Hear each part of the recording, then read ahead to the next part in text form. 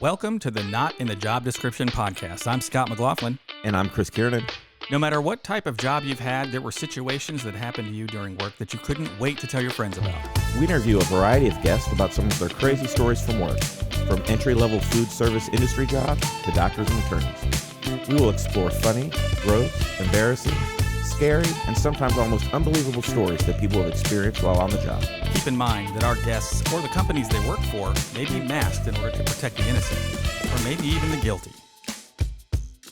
On today's show, we talk to Chris, who owns a crime scene cleanup business. Welcome, Chris.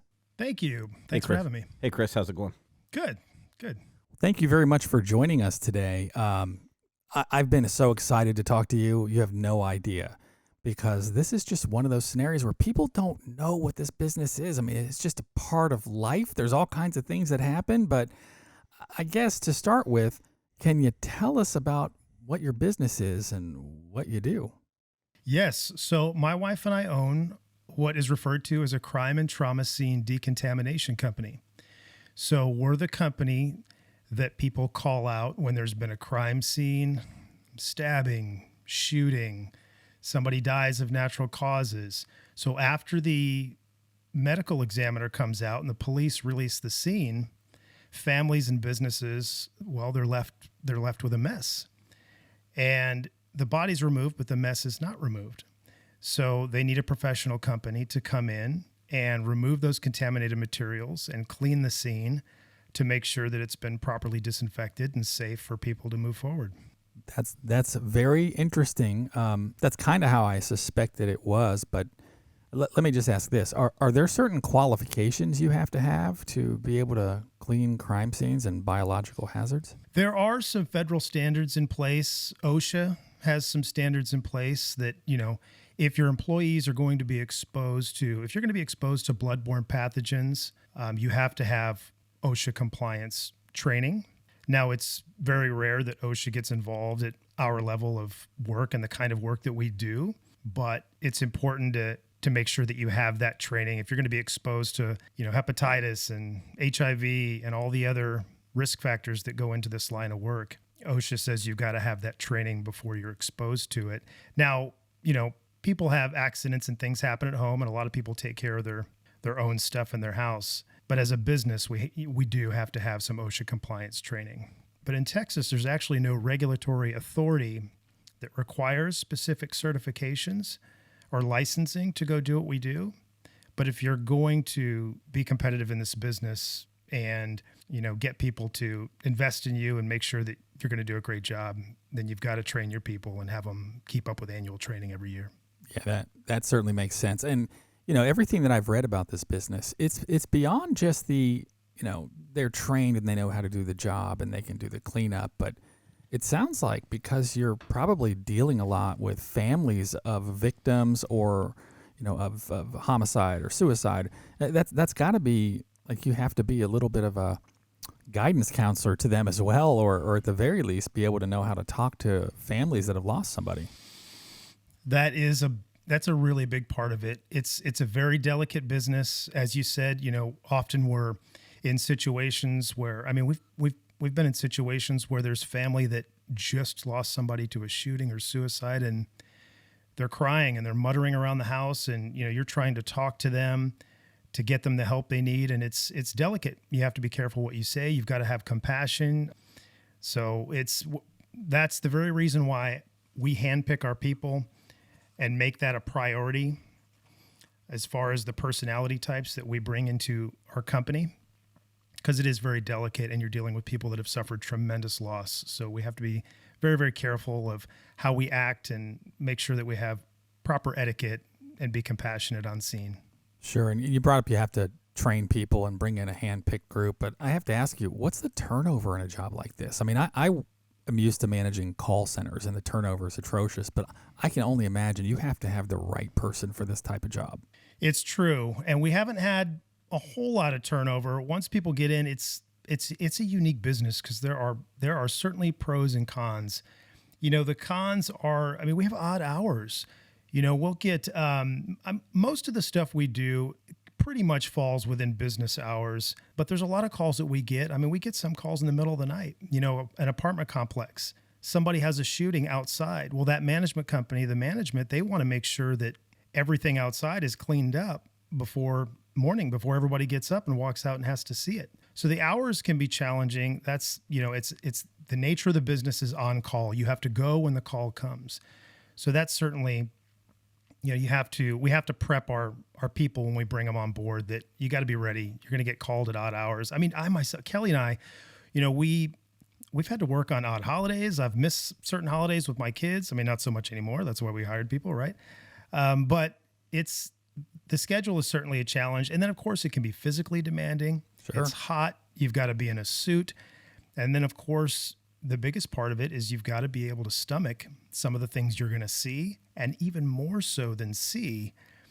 I think we're all a little desensitized. I mean, we've seen a lot on TV, right? We see everything, movies, Right. video games, everything. So I think we're all a little used to the gore. It's the smell that'll get you. Oh man, The smell is the challenge. When you've had somebody that's passed away and they've passed away in a bed and they've been there a month, and all of that has, they melt away into the bed, and you have all those fabrics, heat of the summer. I mean, it is really, really, that's the part that's really tough. So, I mean, I get applications all the time, and I get people that contact us. I'd love to be a crime scene cleaner. And I'm telling you, it can be a challenge at times. That's for sure. And you were talking about, getting calls in the middle of the night and people, your employees. Do you have like set crews, like maybe me and Scott work together all the time? Or is it just, hey, you're on call on Monday and Kim's on call on a Wednesday or something like that? How does that work, and how many people do you have that work for you?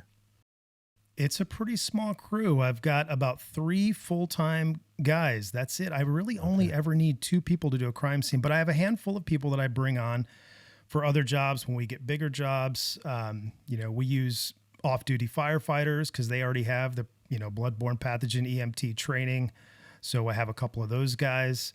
And then sometimes we do bigger hoarding projects, jobs that, take a full week to clear out a house, or some of those jobs I'll bring on some on-call guys. But for the crime scene stuff, I really only need a crew of about 2-3 max, and I'll flip them. You're on call this week if something comes up after 6, and you get the next week. But it's really not so often. Believe it or not, we don't get a whole lot of jobs in the middle of the night. Thankfully, most of it happens during the day, because we do a lot of work with apartment complexes, and they really only deal with anything during office hours unless it's outside of the unit. Yeah, and that kind of makes sense. But I mean, that was one of the questions I had for you. When you think about doing some kind of cleanup, certainly an apartment complex, some business, they're going to need to have things taken care of quickly. But, who are your biggest customers? I mean, do you get contacted by insurance companies, or is it individuals, law enforcement, even government like EPA? Are there different places that contact you? Like, how do you even market your name? I can't imagine that's something that you hand a lot of cards out. I mean, because it's such a situation-specific type of a scenario.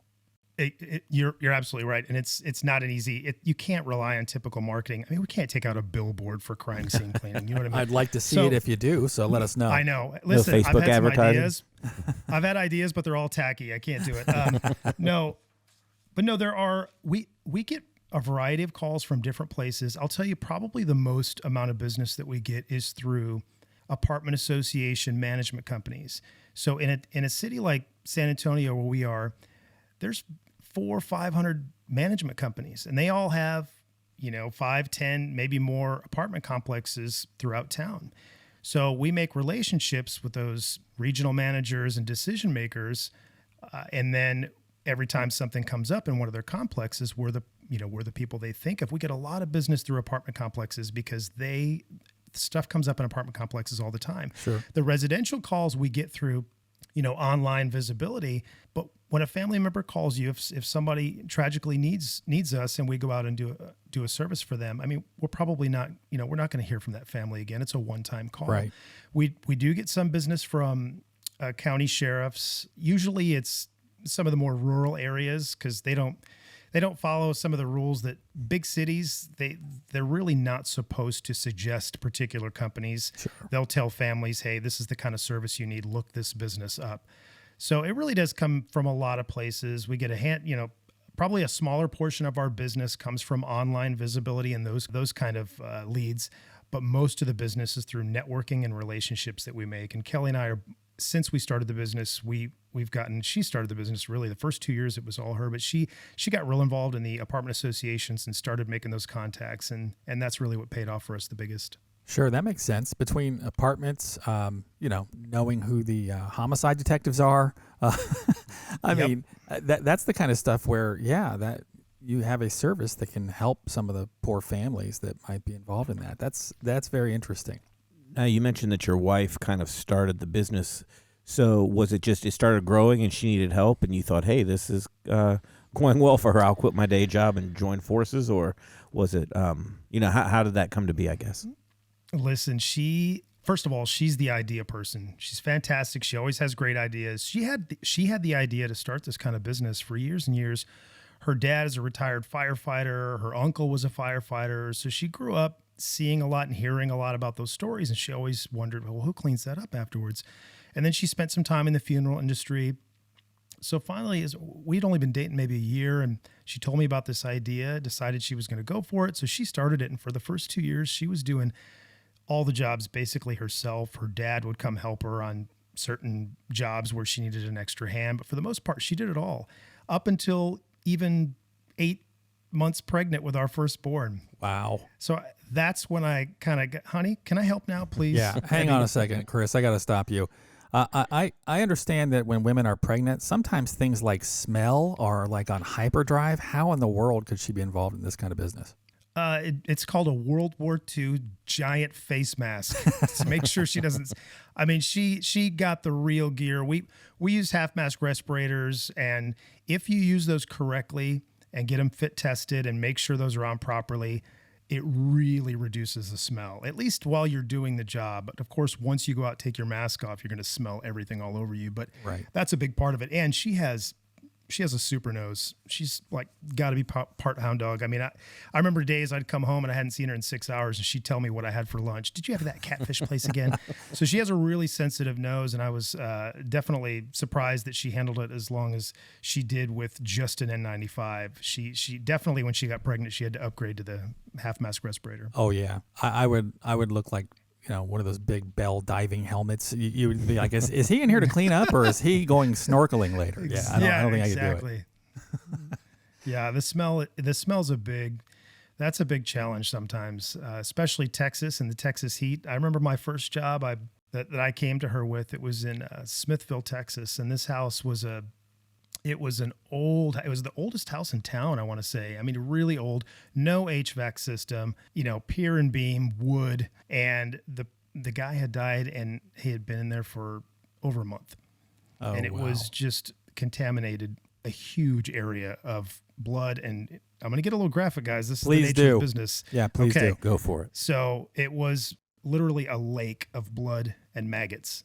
When we pulled up in front of the house and I stepped out of the vehicle, I could smell it all the way from the curb. Well, that's the And thing I we want to ask probably- you. Was this guy in a neighborhood, or was he out in the middle of nowhere? Because it seems like a month is a little long to not be found. Well, it's a neighborhood, but it was a small Texas town, and there were very big lots. Okay. So, it wasn't right next to somebody. But as soon as I got, we're probably 100 feet he's probably 100 feet from the curb, from the street. And I could smell it as soon as I got out of the vehicle. Ugh. It was rough. So, It was rough. no, you don't need to be real specific here, but I'm just curious. If somebody dies at home, how does that, unless he hurt himself, how does that turn into a pool of blood? Or is it just natural that eventually the body starts to decay, or was there some kind of injury that caused that? If somebody dies maybe of natural causes, you mean, by themselves at home? Yeah. Yeah. So what happens is after maybe 24 to 48 hours, your gut has all this bacteria in it. And eventually that bacteria starts to eat the rest of your body. Yeah. And as it eats your body, all this gas starts to build up inside. And that's where the bloating comes from. And eventually that bloating ruptures. And that's when the smell gets really, really bad. That's when the flies come from. Yeah. That's where they really hone in on that. And then it becomes a much bigger mess. Once the flies start, then all of that gets much worse. Flies land in the contaminated area. They land on walls, windows all over the house. And The maggots spread throughout the house, and it really takes off from there. But the rupturing happens after a few days, and then it starts to get much worse. Yeah, so I have to ask this question, and since you're being Sure. graphic, I think we have to do this. But when you get a call and somebody says, "Hey, either I've got somebody outside of this property I manage that half of them still in the street, or we have a homicide and we need you to clean it up." Like, how do you price these things? I mean, is it a set price? Do you have to bid on them? Is it just an hourly rate? Like, how does that work? We do. There are competitors. We do have to bid on them. There are certain management companies that we have a longstanding relationship with, and they just call us and say, "Hey, I need you to come out and do this." But the pricing is, we usually do a project price, and I think of certain things when I'm thinking about that. How long is it going to take? How much contaminated material? All the contaminated materials that are unsalvageable that we have to remove, those get cut up, removed, and put into fixed-sized biohazard disposal boxes. They get taken to a licensed facility where they're treated as medical waste and disposed of legally. Yeah. I have to think about that. I have to think about what kind of surfaces are we going to clean? What might we run into? A lot of times we have to pull flooring. Well, how easy is that flooring going to pull? Are we going to run into some heavy glue? Is this a plank flooring that's heavily glued? Is this tile? Sometimes tile, sometimes the grout has cracks, holes, perforations. Fluids have made its way down to the subfloor. The subfloor is difficult to clean, and there's just a lot that goes into it. So I sort of have to guess. I have to guess, maybe how long I think this is going to take, how much material is going to come out of it, and any variables that could come up. But I usually charge a project price and then a certain amount for the biohazard containment, transport, and disposal. Okay. And have you ever come across a scene where you're like, why don't you just knock this thing down and start over? Absolutely. Yes, that's happened many times. Yeah, I can recall. So this wasn't a crime scene. I actually kind of was a crime scene. So I got a call from a couple. They asked me to come out and take a look at their trailer. They were living in a double wide trailer. Very, very nice people. They had lost their son in the Iraq War, 2003. And they just let the house, they got depressed and they let their house get out of control. Yeah. They were severe hoarders, but they weren't just hoarders of trash and whatnot. I mean, they were. I mean, it was 4 or 5 feet up all through the house. There was just a trail to be able to get around. Oof. But the part that made it particularly gross was they had about 40 cats. Oh, man. I can't even begin to tell you. I would rather do a crime scene with a month-old dead body than deal with a cat hoarding situation. It is the worst smell. It's just, it'll knock you on your butt. They answered the door. They were holding kittens. Oh. I could see fleas jumping off of the animals onto them back and forth. That in the is kitchen, horrible. In the kitchen, they couldn't use their kitchen, of course, because everything was trashed. They couldn't access the kitchen. There were, this is not an exaggeration, 6 inches of compacted cat feces all over the kitchen counter. Oh, wow. They had dead cats in the freezer. Sure. I mean, this place was so filthy, so dangerous. And this is one of the challenges of the business. You meet people like this, and my first thought is nobody should be living here. And a lot of times we struggle with, I should be calling Adult Protective Services. Right. The state should come out. Right. These people need to be removed. But then I feel, they're calling me for help. So it's, it's a fine line. And we ended up helping them. We put together a big project scope of work, and we trashed everything out and did the best we could to, they owed $90,000 on the trailer. It was just a sad situation. Your first question should have been, what does your fire insurance look like? No, exactly. Believe me, we definitely joked around about that on the sidelines. But they were the nicest people, and we helped them, and the whole project went really well, and it went really smoothly. But sadly, I got the call again 2 years later. The husband had died, and she needed more help, and still had 35 cats. It was terrible. Yeah, unfortunately, that's not something people just snap out of when you clean up usually. Now, when you started here, or I guess your wife maybe, how did she know exactly what cleaners would clean what, right? Because it's not like you just go down Costco and go to the crime scene aisle and get all the bleaches and stuff like that. So is it just trial and error, or is there just I'm sure there's a whole community out there that helps with this, but how do you kind of figure some of that stuff out? Well, what she did is she found a professional crime and trauma scene decontamination training program online. So she found a particular guy, his particular company. There's many out there that you can find. So she found somebody that not only could she get the OSHA compliance training through, because he was a certified OSHA compliance trainer, but he had 20 years of experience doing crime and trauma scene decontamination. It was a long, extensive training program, and that's where she learned what chemicals to use, the do's and do nots of crime scenes, what the dangers are, what the risks are. It was a very, very thorough training program. And I remember when she was taking it, I was leaning over her shoulder going, "This is fascinating. This is a great idea, honey. This is so cool." So that's where she learned a lot about what to use and how to do it. Well, I've got some questions for you. And if there's anybody watching or listening to this in their car and they got kids in the back, if you haven't determined it already, turn this thing off immediately. So I'm going to ask you a question I don't think I've ever asked another human being, but I just read about this today. True or false? Brain matter, if it sits out after long periods of time, hardens like concrete. True. That just freaked me out. It's very bizarre. And just because of the bizarre density and viscosity of it, it will, let's say there's a shooting, right? And somebody puts a gun to their head or has been shot and brain matter goes flying. It will slingshot around corners, behind things. It'll go in strange places. That's why we have to be very meticulous and thorough, because it doesn't just go where you think it's going to go. It'll go in bizarre places. And yes, when it's been there long enough, it hardens and we can't just wipe it off. So we literally have to take a metal scraper to get it off. So it's kind of like flubber. It just kind of bounces all over the place.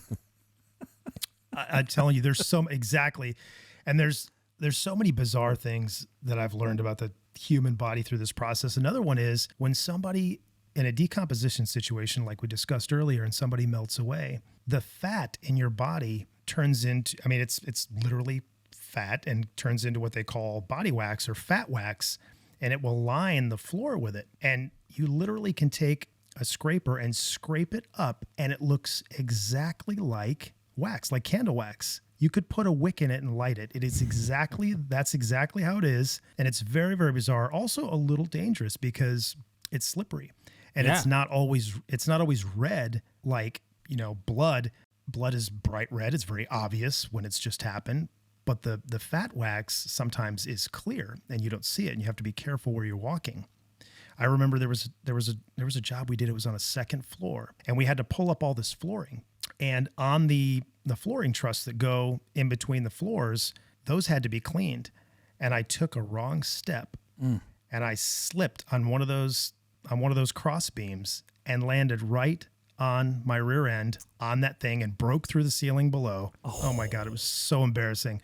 Wow. Yeah, and I was 3 inches from a nail that would have gone right into my rear end. So very dangerous situation, but sort of funny when it happened. I had the worst bruise forever, but yeah, it's that fat wax it's very slippery. It's real deal. It is actual wax. It's so bizarre. That is weird. I never knew anything about that before doing this business. And then when I ran across that, I was like, what is this? So very strange. By chance, there's no video of that, is there? No way. And if there was, it'd be burned. Now, you mentioned weird things that happen to the body. I'm going to share a story my father told me. And my father was a really morose son of a bitch. So he was a cop. And he told me a story once I got to be older about just the horrible senses of humor that police have, because you either have to have the gallows humor and just live and work your job, or you're just going to be miserable. So his first week being a police officer, he's down off of this area of town here, and they get a call, and somebody has hanged themselves off of a big wooden beam across their apartment. And he said, I'd never seen anything like this, because when we got there, this lady that hanged herself, her neck looked like it was about 2.5 feet long. And I thought that in itself was pretty bizarre. And he said, and it was a really large woman. So then I'm like, okay, well, I'm thinking to myself, how could they just hang up there? I guess maybe it's strong enough. And he said, eventually somebody comes around the corner, one of the cops, with a ladder and puts it up next to the body and hands him this great big pair of like scissors and says, you're the new guy. Go ahead and cut her down.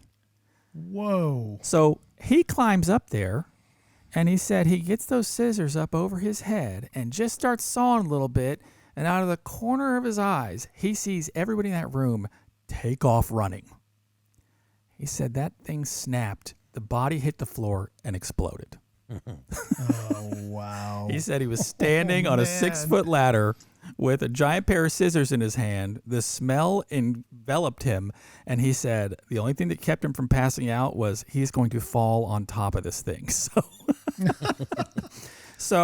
that's awful. he had to deal with all kinds of things being a police officer because they would always come across these scenes, and every now and then they would even help the coroner, get the body out of a certain spot or something. But yeah, I had many stories as a kid that kept me up. He didn't tell me that one until I was much older. But there was a scenario one time where I was out. My father just abused me. I always had to do all the grass mowing and all the snow shoveling. And one day I was out shoveling snow, and he looked outside and he said, "Hey, is it cold out here?" And I was like, "Yeah, it's cold out here. I'm out here shoveling your driveway. It's cold." And he said, "Yeah, it must be cold because I don't know that I would resort for my body gloves to be shoveling snow in. Those are the gloves he used to pick up dead bodies, and I was out there shoveling the snow in them." Oh, no. So yeah, that's what I had to deal with. Well, I feel for police officers, EMT firefighters, even apartment managers and maintenance. These people, they have to see the bodies. We never see the bodies. Remember, when we get there, the body has been removed. So we see the mess. We've seen a lot of graphic stuff. I mean, I see, skull fragments and teeth. I mean, I've seen a lot of crazy stuff. I've seen somebody that was there and their hand, the skin from their hand perfectly slid off of their bones. So it literally looked like a glove. We thought it was a latex glove. Oh, and wow. It was the perfect hand of skin that had slid off his bones. It was crazy. That is bizarre. So, I mean, I've seen a lot of stuff, but the EMTs, the police officers, they really have to deal with a lot. Those images they see when they see those bodies, apartment managers and maintenance, you got to think in apartment complexes, they know their tenants. Sometimes they've known them for, 10, 15, 20 years. And then all of a sudden they have to do a wellness check. And they bust in there and they have to see somebody that they're used to seeing come in their office on a daily basis to get their mail or whatever. And they see them decomposed and looking as graphic as possible. So that's something I certainly don't envy for those people in those positions. I have a lot of respect for them because they deal with a lot. So, I agree. Having to do that job would be really rough. Now, you mentioned decomposition, and we talked a little bit about the smell. How do you get the smell out of your clothing, or do you have equipment that you take it off and get rid of it immediately so you don't carry that stuff around? Well, I mean, remember, we're in full suits. So if we're doing a decomp, we're in a full suit. Ideally, you would put that suit on away from the contaminated area that doesn't smell as bad. And then when you take your suit off, your clothes actually air out pretty quick. And if your clothes do smell, just a simple wash knocks it out. The hard part is the first time you smell that smell, it's a shock to the senses and you don't forget it. I remember the first time I smelled decomposition. I mean, I swear I thought I was smelling it for days. Yeah. It would not leave my nostrils. It's such a distinctive smell. And then once you smell it, you never forget it. You always recognize it when you smell it. So, but yeah, no, it'll wash out of clothes pretty easily. So you mentioned you remember the first. Do you remember the weirdest scenario that you've had to come across? The weirdest. Or at least most memorable? Oh, I have so many. That's the fascinating thing about this business. It is not an everyday job, obviously, and there's always an interesting story, and it's dark, and there's a lot of sad moments, but it's not a 9 to 5, and I've got a lot of great pictures in my phone. You know what I'm talking about? I'm sure it's an interesting job. It is, and it's something that needs to be done. So it's not like you're killing these people so that you can get some business. I mean, this is a legitimate business. Of course, people it's have a necessary to have this service. Yeah, absolutely. So yeah, it's a necessary service. Yeah, but no, we've certainly been in some strange situations, and I remember Kelly and I had to do one.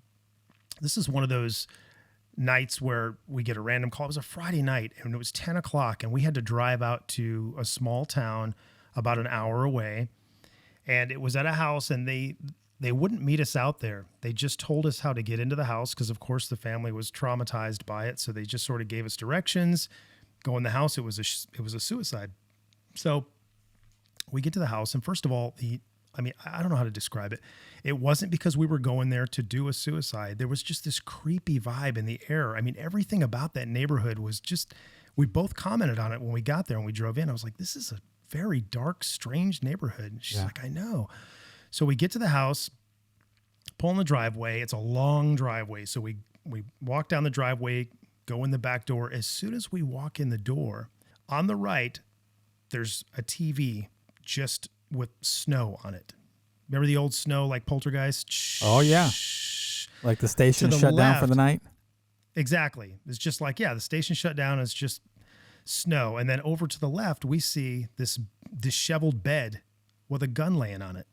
And I'm sure it wasn't the gun that was used, but it was a gun nonetheless. So it's a creepy neighborhood. Right. We got Poltergeist on the TV. We got a gun in the bed. And then we go around and we see where it happened. And the guy was sitting in a rocking chair by the window, suicide, contamination, blood everywhere. Yeah. And just articles of his clothing and just everything about it just made it really creepy. And I remember Kelly telling me, I'm like, this feels so different than other jobs we've done.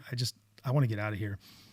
So of course I have to mess with her a little bit. I'm like, well, maybe it feels weird because the guy hasn't left the house yet. He's still here.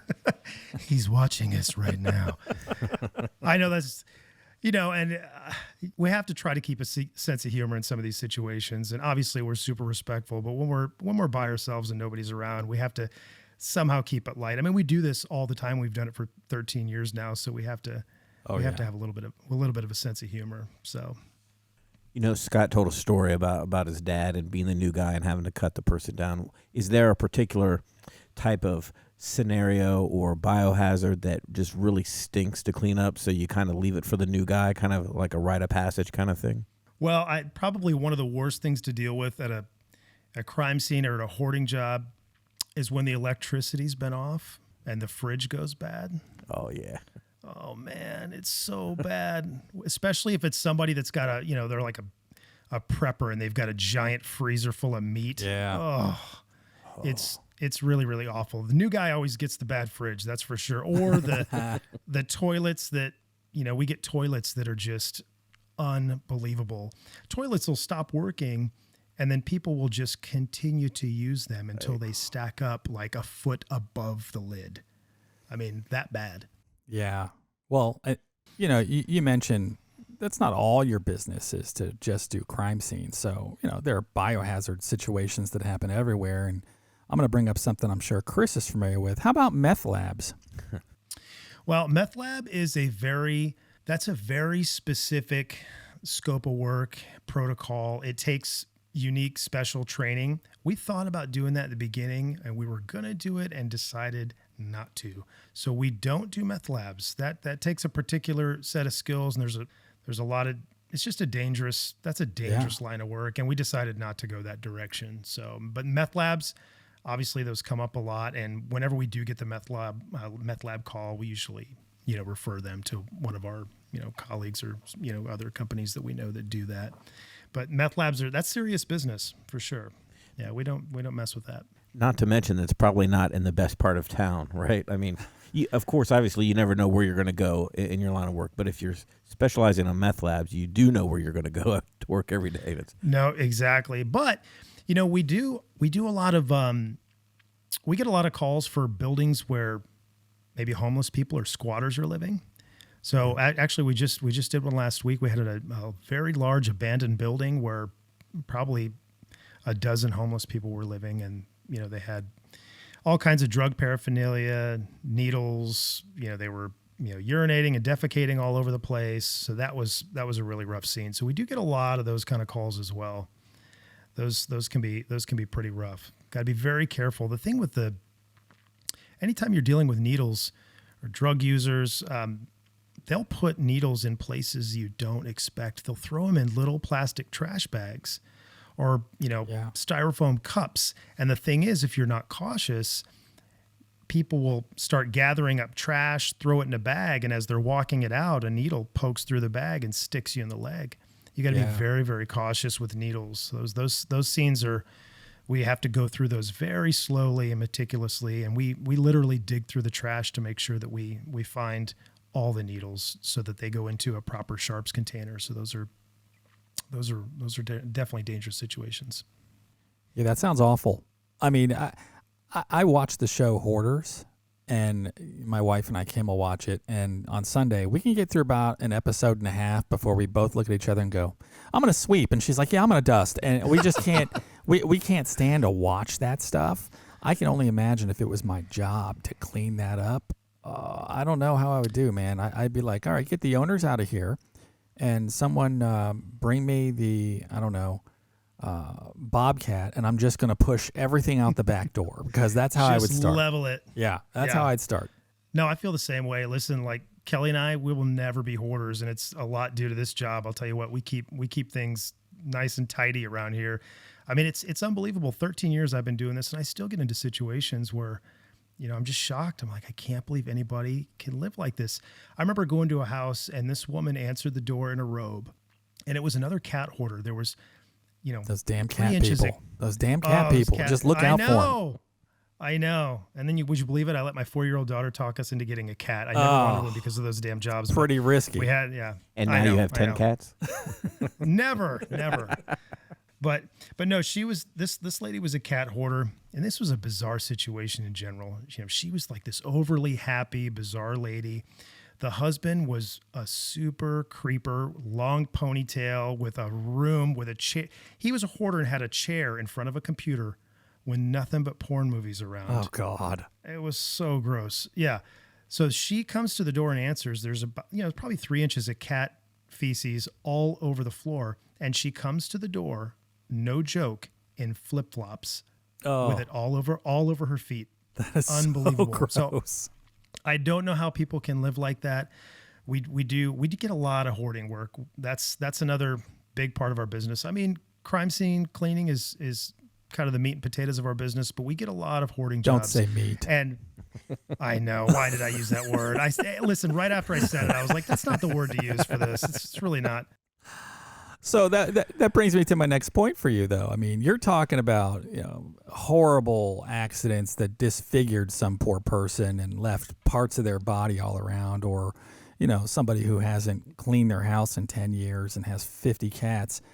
Is there a point where you just get a call and you check out the situation and say, we're going to give this a pass? Not usually.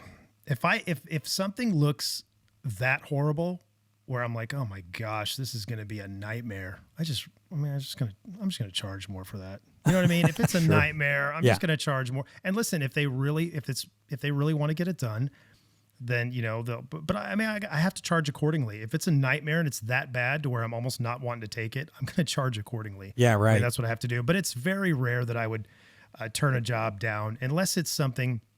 If I think that it's too complicated and beyond the scope of what we can handle with our small company and staff, then I would do that. But I'm trying to think of an instance where that's come up, and I haven't had it yet. I mean, we've had a lot of bizarre jobs. We've had industrial accidents. I've had somebody who died in an elevator shaft that we had to clean. That was a rough one. I've had one where there was an industrial plant where this guy was working with they had some, I forget what the product they were doing. They were grinding something up like lime or something like that. Okay. And there's a big grinder on the top of this, apparatus, machine, whatever. Yeah. And the grinder spins and grinds all this stuff up. And it got stuck, and he's taken he's taken this long metal rod and he's trying to unclog, unjam this big grinder. And he didn't turn off the machine, disregarded every safety protocol there is. Tried to do that. Well, the grinder caught this metal rod, and in an instant, it wrapped around his hand and ripped his arm off at the shoulder. Oh, man. That's the first time that we ever got called out to a job where we had to actually remove an intact body part. His arm was wrapped, this big construction guy's arm was wrapped around this grinder. Oh, man. And we had to peel it off and unwrap it off of this grinder and then decontaminate the area. That's rough. And that was a rough situation. But the bizarre thing about it is, we were working with OSHA on this, and it was a big, complicated job. And we thought, well, we need to call the family. I mean, maybe they want, and this guy wasn't dead. He was in the hospital. We need to find out, does he want his arm? Does he want to bury it? Hey, let me tell you, your arm's been with you your whole life. You guys have been through a lot together. Right. You know what I'm saying? He might want his Maybe arm. his right arm or his left arm. Yeah. And maybe there's a ring on there he'd like to, give to a family member at some point. Exactly. Well, here's the kind of funny thing. He had a glove on, and we thought, well, let's take his glove off, see if there's any jewelry we need to get back to the family. We take his glove off. Guy's missing a finger. Oh, this guy never learns. This guy never learns. Unbelievable. Yeah. I mean, you can't save some people from themselves, obviously. No. But we called the family and we said, what would you like us to do? They said, nah, keep it. No, they said, get rid of it. Yeah, okay. So, but let me tell you, super bizarre, taking this giant arm and putting it in the bio box. And it's just a strange notion that you're driving down the road with some guy's giant arm in a box. Oh, no. And then it was late. I don't know if it was I too late to go to the facility. So this big arm is sitting in a box in my driveway until the next day when I can take it to the facility. It was just so bizarre. That's funny. All right. I do have another weird scenario for you. And Bring it. you guys are going to start to think that I'm a little too creative in some of my questions, but have you ever been called to a scene where you get there and there's clearly, there's been somebody who's died, and you get the idea that maybe the police haven't been called first? Like, is it possible that you guys have helped clean up a crime scene and you didn't realize that this wasn't already established as a crime scene? Like, maybe some gangsters killed some people and they were like, we shouldn't have done that in their living room. Can you come and clean this up? That is entirely possible. I have absolutely had that thought. There's certainly been a couple of jobs we've done in bizarre areas. And that's the thing is, they're the client. They call me and I just assume that it's been released and everything's been handled on the up and up. Here's how much it's going to, here's the situation. What would it cost to get this properly decontaminated? And I give them a cost and a scope and work to do it. I don't have any particular responsibility to make sure it's been called in. Maybe I should, but or this is a new area of business for you. You're welcome. I'll take credit for it, but you go ahead and clean up literally and figuratively. Yeah, I don't need to be tied in with the mob. I'm not going that route. That's for sure. You're known as the cleaner to the mob people. Yeah, exactly. I don't want that gig. That's for sure. No, there's definitely been some situations where this doesn't feel right. I wonder what happened here, or other situations where the police have settled it one way and we suspect another. There's been situations where it was called a suicide. Yeah, and there is blood all over the place in a way that looks. Yeah. This person stabbed themselves 12 times. Suicide. Yeah, exactly. Yeah. So there's certainly those situations. And there's other situations where we find evidence. We found That's what I was going to ask you. Yeah. Do you find evidence after it's already been taken care of from the crime scene people? Yep.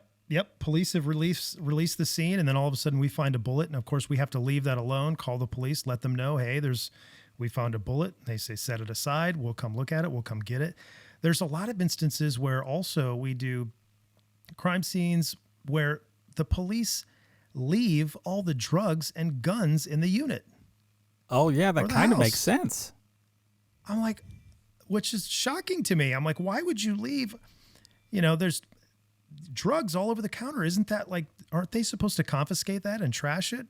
But we end up depending on who you're talking to, they can't just remove things unless they have a search warrant. So that's a good point. I guess so. If it's after a certain time of night and they're not going to wake up a judge for a dead person, I imagine they're just like, we'll do it later.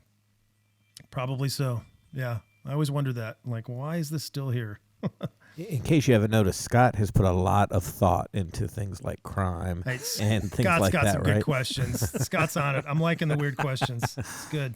So, in doing some research for this topic, they were talking about how, as Chris mentioned earlier, my co-host here, that you didn't just run down to Walmart and go to the shopping aisle to get some cleaning supplies, but they said if you ever want to start opening a business like this, I'm going to go through a few things that you'll need. You tell me if you have them. Ozone machine. Yes, but I am not. We bought it when we started, but I'm not a proponent of it because it's got mixed reviews on how effective it is, also health impacts. And honestly, you can do whatever you want to do to the smell in the room. If you haven't properly removed the source, it's just going to come back after the treatment dissipates. So, That makes sense. not a This big says fan of that. ozone machine to remove odors, but the point is really made. If you've left stuff there, it's just a matter of time. It's going to keep stinking.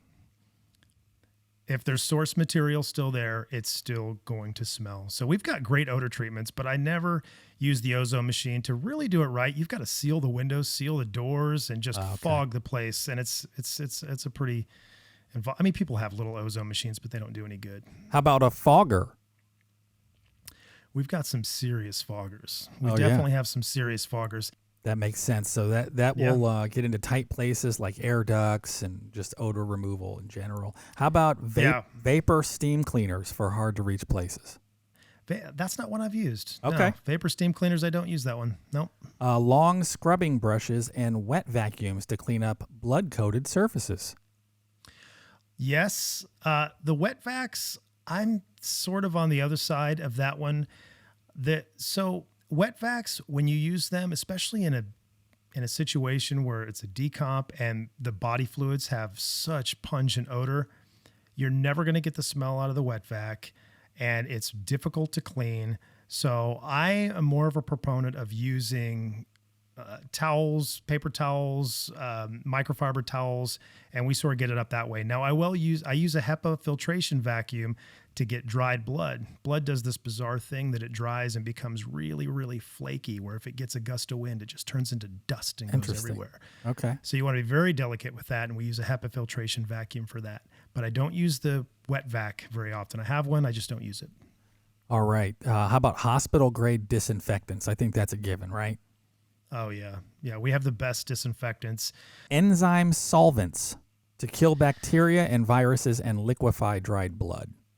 Once we remove blood and body fluids from the surface, we can go straight to disinfectant. We'll use enzymatic digesters when we're trying to go next level with some odor treatment, sometimes on slabs and concretes, surfaces that are porous that we really can't get to the bottom of, because you can only do so much from the surface of concrete. So the enzymatic digester, yes, we keep some on hand and we use it for certain circumstances. Sure.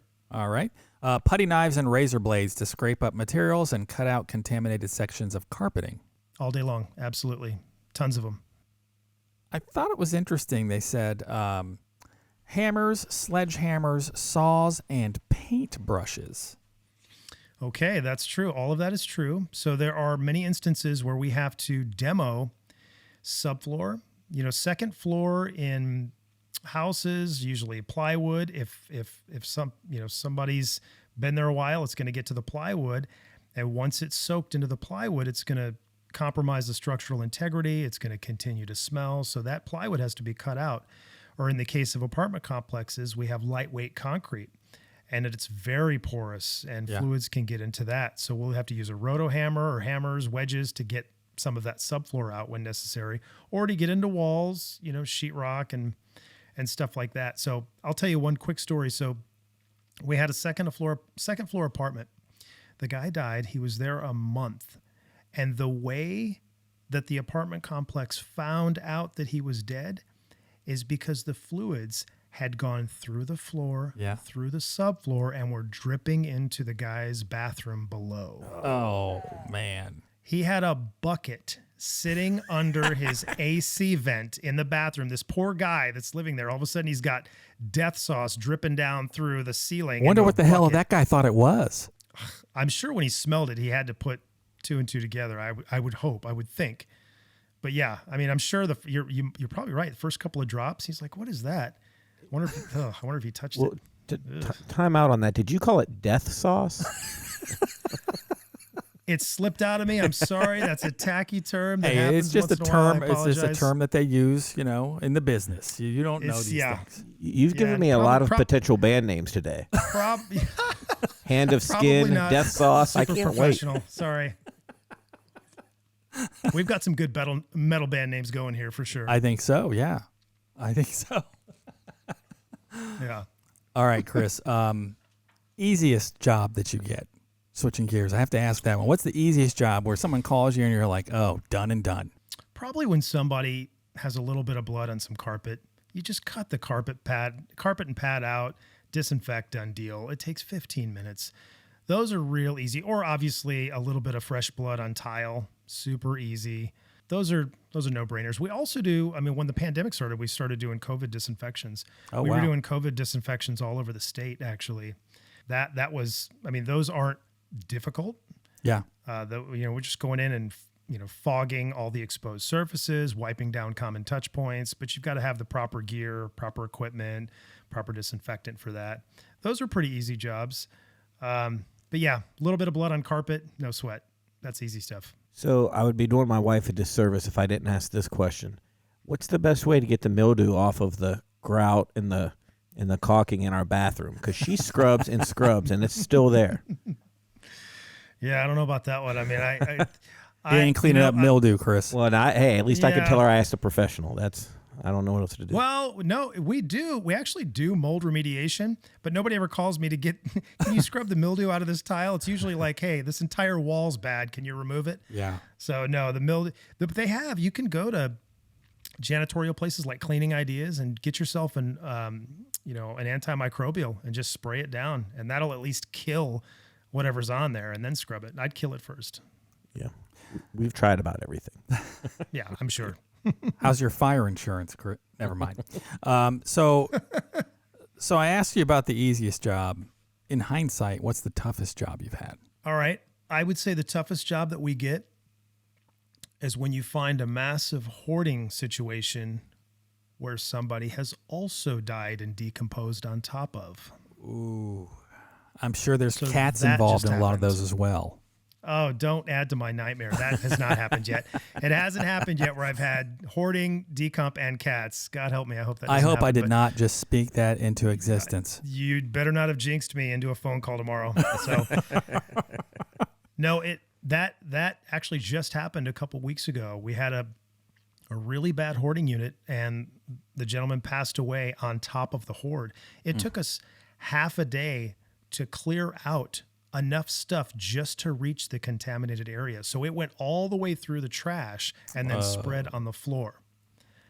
That makes sense. That was rough. And then the other one that we run across that we haven't touched on in this conversation yet tonight is we do a lot of jobs where the roaches are so bad that pest control won't go near it until it's been cleared out. Oh, I would treat that with a flamethrower, man. I'm sorry. Listen, and if you want to, I'm willing to do it. I have an amazing video that will make your skin crawl, and I'll send it to you guys if you want it. Oh, I'm so intrigued. Yeah, I've got a great video, but I've never seen anything like this. It was a hoarding unit. The trash was probably, couple 2-3 feet up, bottles, food trash, but there were roaches. You couldn't, not 3 inches on the wall didn't have a roach on it, crawling alive all over the walls, collecting on the door frames. When the camera pans down and looks at the trash, there's just roaches writhing through all over the trash. It's the most roaches I've ever seen in my life. And I got to give my team credit. They went in there and knocked that out. They trashed it all. They had suits on all the way to their lips, but they were completely covered, but they did a great job. They trashed it out. It was, I've never seen anything like that. With that many roaches, if you'd have just let it go a couple weeks, maybe they're just eating everything. Maybe they just cleared it out for me. Yeah, Yeah. It's an idea. I feel bad for the people next door. Like people that are living like that, especially in an apartment, you've just wrecked the whole building. Oh, yeah. As soon as that gets cleared out, those roaches are going to go into neighboring units. It's such a nightmare. Yeah. For property management companies. That and bed bugs. Bed bugs are awful situation to deal with. Listen, we've had people on here who, some friends of mine who've bought multi-unit places.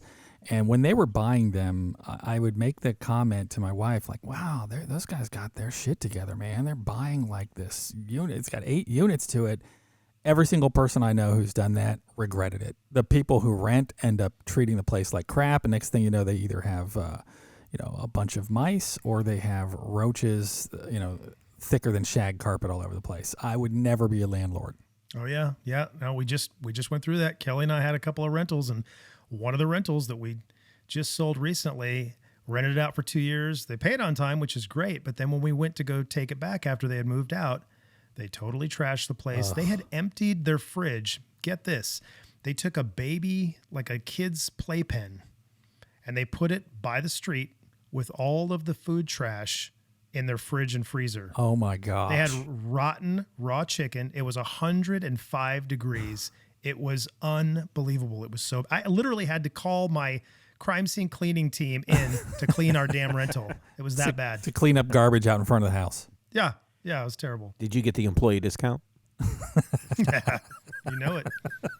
You know it. Well, again, thank you very much, Chris, for talking to us today. This is the part of the podcast where I ask my co-host, Chris, what did we learn today? Yeah, I learned that fat wax is very slippery. It is, and it makes a hell of a candle. That's true. Indeed.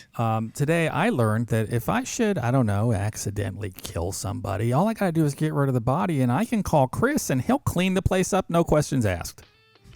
I got you.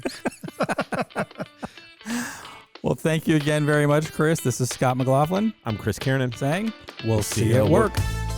Thank you for listening to the Not in the Job Description podcast.